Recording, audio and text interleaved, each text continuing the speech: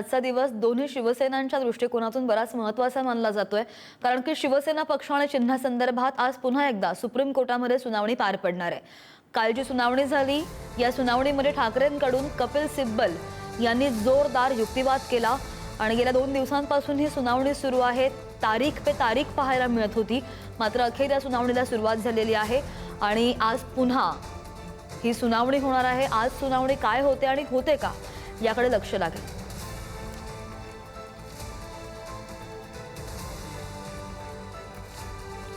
शिवसेना पक्ष आणि चिन्हाचा वाद आहे। 2013 आणि 2018च्या पक्ष घटनेनुसार शिवसेनेनं सर्व निवडणुका लढवल्या।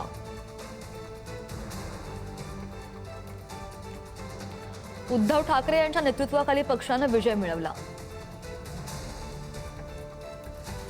त्यामुळे या घटनेच्या वैधतेवर प्रश्नच नाही। पक्ष घटना वैध अवैध ठरवण्याचा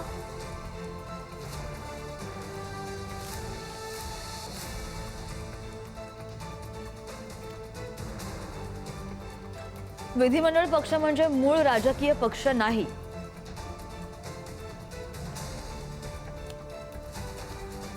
पक्ष प्रमुखालाच गटनेता बदलण्याचा अधिकार आहे। आमदारांना पक्ष नेतृत्व बदलण्याचा अधिकार नसल्याचा दावा कपिल सिब्बल यांनी हा युक्तिवाद केलाय। 31 आमदार सुरतला गेले, नंतर गुवाहाटीला गेले, त्यानंतर शिंदेंना गटनेतेपदावरून हटवून अजय चौधरींची नियुक्ती केली गेली।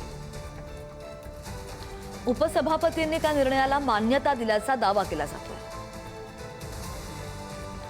गटनेता किंवा मुख्य प्रतोद बदलण्याचा अधिकार आमदारांच्या गटाला नाही। विधानसभा अध्यक्षांनी बदल स्वीकारणं बेकायदेशीर असल्याचा युक्तिवाद।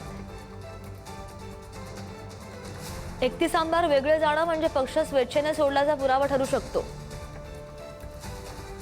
हा प्रश्न महाराष्ट्रापुरता नाही, लोकशाहीच्या भवितव्याशी सुद्धा संबंधित आहे।